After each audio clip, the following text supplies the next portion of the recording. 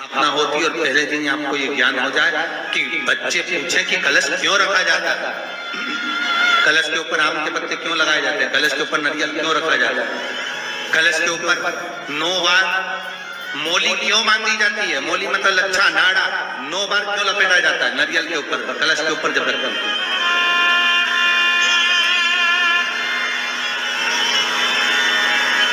कलश के ऊपर जब जब श्रीफल रखाता है, नारियल रखाता है, तो उस पर 5 बार 7 बार मोली नहीं लपेटी जाएगी, तो 9 ही बार लपेटी जाएगी। 5 या 7 बार लपेटते हैं तो कहते हैं कि लक्ष्मी की छिन्नता होती है, और वो 9 बार लपेटी जाती है तो भरपूर लक्ष्मी का भंडार बढ़ती है। क्यों कहते हैं उसे?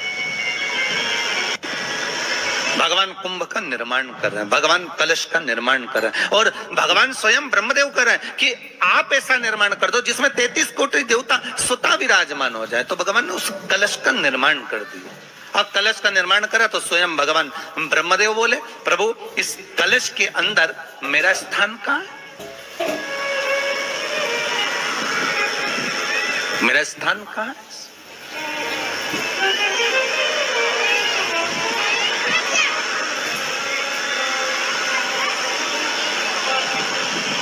बहुत ध्यान देना महाराज, कलश का जो मुख होता है उस मुख पर भगवान विष्णु का स्थान होता है। किसका स्थान है? भगवान विष्णु का। थोड़ा सा नीचे आओगे, जहां से कलश का मुख दबा हुआ होता है वह जगह भगवान स्वयं शिव की होती है। किसकी जगह है? भगवान शंकर की। कलश का अग्रभाग, नीचे का भाग जहां से फैला हुआ होता है वहां ब्रह्मा का आधिपत्य स्थापित होता है। फिर कलश का जो नीचे का भाग होता है वो भगवान शिव और शक्ति का स्थान होता है। कलश के बाहरी भाग में, जहां पर बाहर का हिस्सा होता है, उस कलश के बाहरी भाग में 33 कोटि देवताओं को भगवान शंकर ने लाकर विराजमान किया होता है। महाराज भगवान शंकर 33 कोटि देवताओं को निमंत्रण देकर उस कलश में विराजमान कर दिए। कितना सुंदर लिखा है देवी भागवत के अंदर कि जहां कलश की स्थापना होती है उस जगह पर किसी देवताओं को बुलाने की जरूरत नहीं होती।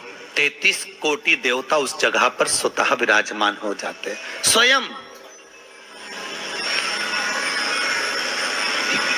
33 कोटि देवता स्वयं वहां विराजमान।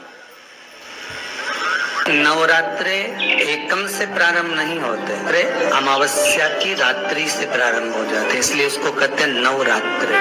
क्योंकि नवमी के दिन माता जी का विसर्जन हो जाता है, जवारों का विसर्जन हो जाता है, व्रत करने वाले कन्या पूजन भोजन भंडारा कराकर विराम दे देते हैं। तो नवमी की रात्रि उसमें नहीं जुड़ा पाती, उसमें रात्रि अगर जुड़ती है तो ये अमावस्या की रात्रि से जुड़ना प्रारंभ होता है, तब जाकर वो नवरात्रि पूर्ण हो पाती है। पितृलोक में पितृ जैसे निवास होकर भी इंतजार करते हैं। 4 नवरात्रे हैं तो 4 ही श्राद्ध हैं। आज मौनी अमावस्या है, श्राद्ध का विराम हो जाता है और कथा अर्थात नवरात्रे प्रारंभ हो जाते हैं दूसरे दिन। तो यहाँ शास्त्र कह रहा है जैसे हमें प्रतीक्षा रहती है कोई अच्छे कार्य की, कि घर में कोई शुभ कार्य हो, घर में कोई अच्छा आयोजन हो तो अपने को आनंद होगा, प्रसन्नता होगी। उसी तरह हमारे जो पूर्वज चले गए, जो पूर्वज चाहे वो अधोगति में गए हों, चाहे वो देवगति में गए हों, चाहे वो पितृलोक में निवास कर रहे हों, तो जितने भी पितृलोक में निवास करने वाले पूर्वज होते हैं वो भी ये विचार करते हैं कि हमारे घर के वंश द्वारा, हमारे वंशजों द्वारा कोई ऐसा सत्कर्म हो जिससे हमारे जीवन की वितृप्ति हो और हमें आनंद की अनुभूति हो। और ध्यान दीजिएगा महाराज, आपको चैत्री नवरात्रि का स्मरण होगा, आपको शरदी नवरात्रि का स्मरण होगा, पर जो आषाढ़ में और माघ में जो नवरात्रे पढ़ते हैं इसका एक आनंद ही दूसरा रहता है। बस इतना जरूर होता है कि दुनिया के लोग वो जो 2 नवरात्रे होते हैं उसमें कलश की स्थापना भी करते हैं, देवी का पूजन भी करते हैं, अर्चना भी करते हैं, मंदिरों में भीड़ भी रहती है और खूब प्रेम से माता का जगराता वगैरह सब होता है। पर ये जो नवरात्रे हैं 2 गुप्त नवरात्रे, इनका लोगों को स्मरण नहीं था। वो तो धीरे धीरे ये टीवी चैनल के माध्यम से कथाकारों ने, वक्ताओं ने स्मरण कराना जब चालू करा, धीरे धीरे बताना, मार्गदर्शन करना जब चालू करा, तब लोगों को ज्ञात होता गया कि कोई गुप्त नवरात्रा भी होता है, उसमें भी देवी की आराधना हो। ये चारों नवरात्रे अलग अलग अवस्था के हैं, अलग अलग सुख के हैं और अलग अलग आनंद के।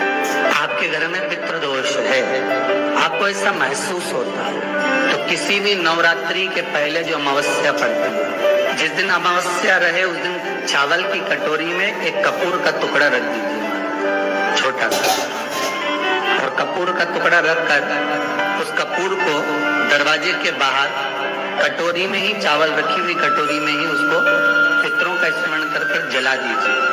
और जलाने के बाद उस चावल को कहीं भी किसी भी वृक्ष की छांव में पक्षियों के लिए डाल दीजिए। शिव महापुराण की कथा कहती है, अगर मान लो पितृ आपको कष्ट दे रहे हैं, पितृ आपको तकलीफ दे रहे हैं, कोई काम नहीं होने दे रहे हैं, या कहीं आपको ऐसा लगता है कि पितरों का दोष है, तो वो पितृदोष देवी, अब ये जो आप करेंगे ये कब कर रहे हैं? अमावस्या के दिन आप उसको रख रहे हैं, अमावस्या के दिन उसको रखकर रात भर आपने रखा कपूर के साथ में, सुबह एकम पड़ गई, नवरात्रि लग गई, उसी दिन उसको जलाकर आपने पटक दिया।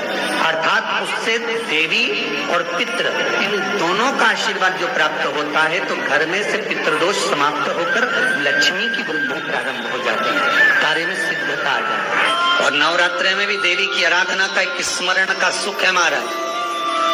ज्योत का विधान है, नवरात्रि में देवी की ज्योत लगती है, अखंड ज्योति लगती है, जवारे बुआए जाते हैं, कलश लगता है।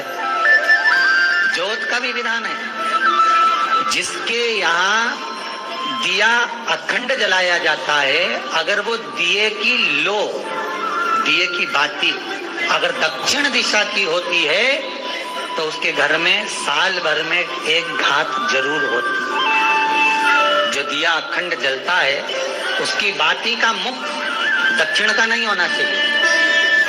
अगर आपने देवी भागवत का स्मरण करा हो, देवी भागवत को अगर सुना हो, तो देवी भागवत में स्पष्ट किया गया कि पूर्व की ओर मुख करा हुआ दिया, अर्थात पूर्व की ओर ज्योत जो जलाई जाती है, वो संपदा की वृद्धि करती है।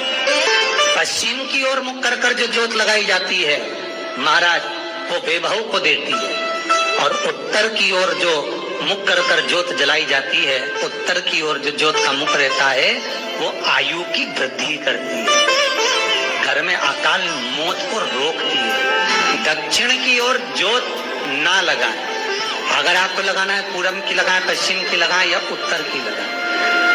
और जितने दिन महारानी जगदम्बा जगतधात्री दुर्गा भवन चैत्र नवरात्रि में, शरदीय नवरात्रि में, आषाढ़ी नवरात्रि में, आदिकादिक पौष नवरात्रि में हम जगत जननी जगदम्बा की जब स्थापना करते हैं, या हम नूतन घर का प्रवेश करते हैं, या गणेश जी की स्थापना करते हैं, या कोई दुकान को प्रवेश करते हैं, या कोई शुभ कार्य करने के लिए अग्रण्य होते हैं, तो हम कलश की स्थापना क्यों करते? कलश के अंदर आखिर ऐसा क्या विराजमान है कि 33 कोटि देवता उस कलश के अंदर आकर बैठ जाते हैं? आप कोई यज्ञ करने जा रहे हो, आप कोई पोथी पुराण करने जा रहे हो, आप कोई अच्छा कार्य करने जा रहे हो, तो ब्राह्मण देवता कह देते कलश की स्थापना होगी, कलश की शोभा यात्रा निकलेगी, कलश यात्रा निकलेगी, कलश विराजमान होगा।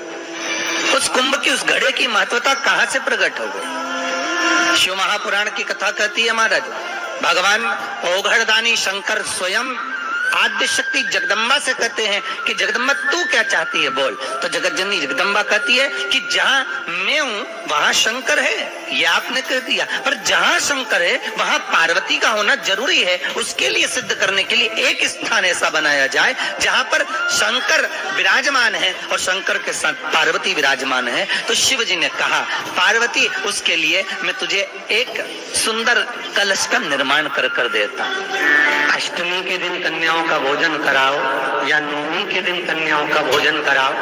पर देवी भागवत तो कहती है, देवी भागवत तो वर्णन करती है कि पहले नवरात्रि से लेकर नवमी तिथि तक जितने दिन देवी के होते हैं, प्रत्येक दिन में आप किसी भी दिन कन्याओं का भोजन करा सकते हो। पहली रात्रि से लेकर पहला दिन से लेकर, पर 90 दिन तो सवेरे पूजन करके, यज्ञ करके, अनुष्ठान करके देवी को विसर्जन कर दिया। फिर नवरात्रि पूर्ण कैसे हुई? नवरात्रि की पूर्णता होती है अमावस्या की रात से गिनी जाती है। कौन से दिन से गिनते हैं? अमावस्या की रात्रि, फिर एकम की रात्रि, फिर दूज की रात्रि, ऐसे गिनते गिनते अष्टमी की रात्रि तक और नवमी के दिन सुबह तक या दोपहर तक या शाम तक, जब तक आप यज्ञ ना करें तब तक ये 9 रात्रियां पूर्ण गिनी जाती है महाराज देवी भागवत के हिसाब से पूर्णता। अब हमने कन्या भोजन का जो क्रम बनाया, अष्टमी के दिन करा देंगे, नवमी के दिन करा देंगे, इस तिथि को करा देंगे, पर भाव देखिए, शास्त्र कहता है भूखे को भोजन जब कराइए जब उसको भूख लगी हो, और ऐसों को कराइए जिसको जरूरत पड़ रही है।